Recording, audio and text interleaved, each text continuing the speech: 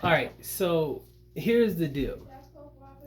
Um, this is going to be my first time kind of just talking off the top. A lot of times I give presentations with PowerPoints and slides and points to make, but I never just come off the top of the dome. But I was in my meditations this morning reflecting upon a video that I saw last night. And I see that there's been a lot of people who are trying to reaffirm their faith in Christianity amidst all of these discussions related to brothers and sisters trying to identify with their original form of worshiping or identifying with the Creator prior to engaging with Western society.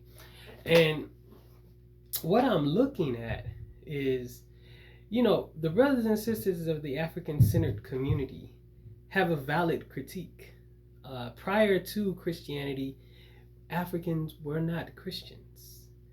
Now, there has been some slick kind of maneuvering in the Christian community to try to discuss Ethiopia and some states and countries in northeastern Africa, and that is all true. You have some of the oldest Christian countries. Ethiopia is one of the oldest Christian countries, period. And then you have Egypt, and you have other states in northern Africa, northeastern Africa as well, Syria, so on and so forth. Syria is not in northeastern Africa, sorry. I was thinking of Libya. However,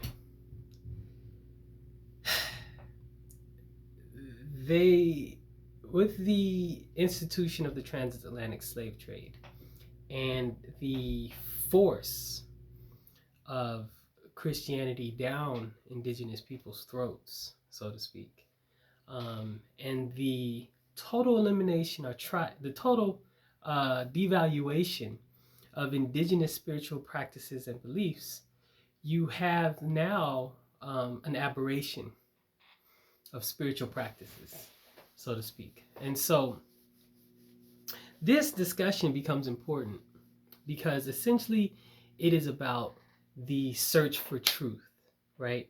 That's essentially why it becomes important, because what we humans deem as true, we align with.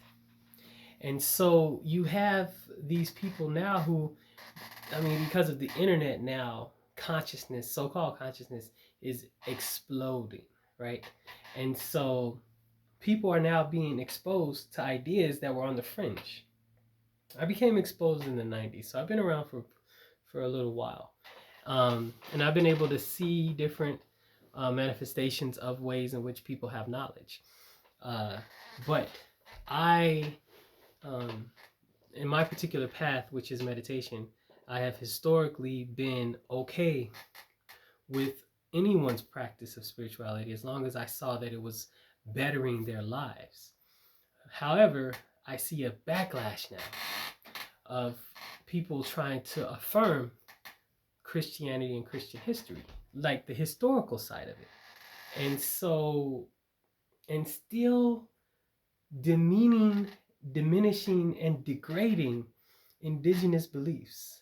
And then even some people are trying to say that, we will include your indigenous beliefs into Christianity and exclude those indigenous beliefs that go against Christianity. And so that's what one brother called contextualization, essentially absorbing. It's like what Islam did with the Kaaba stone in Mecca.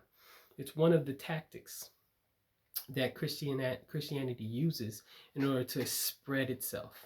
And so here's the thing. Here is the eternal and immortal truth. We are multi-layered, multi-dimensional beings, right? Indigenous people of indigenous cultures, this includes all indigenous cultures, even Europeans, have always lived in their environments and discovered ways in which they can interact both consciously and energetically with these dimensions and these layers of their being. Now, what Christianity happens to be is an agreed upon, voted upon dogma. And so its truth derives from the ability to control thought and action of the people, not necessarily to expose or to what am I trying to say?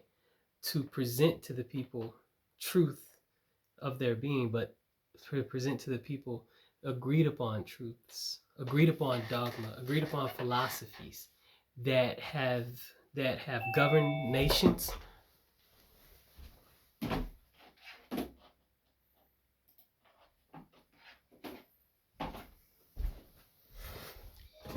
and lives.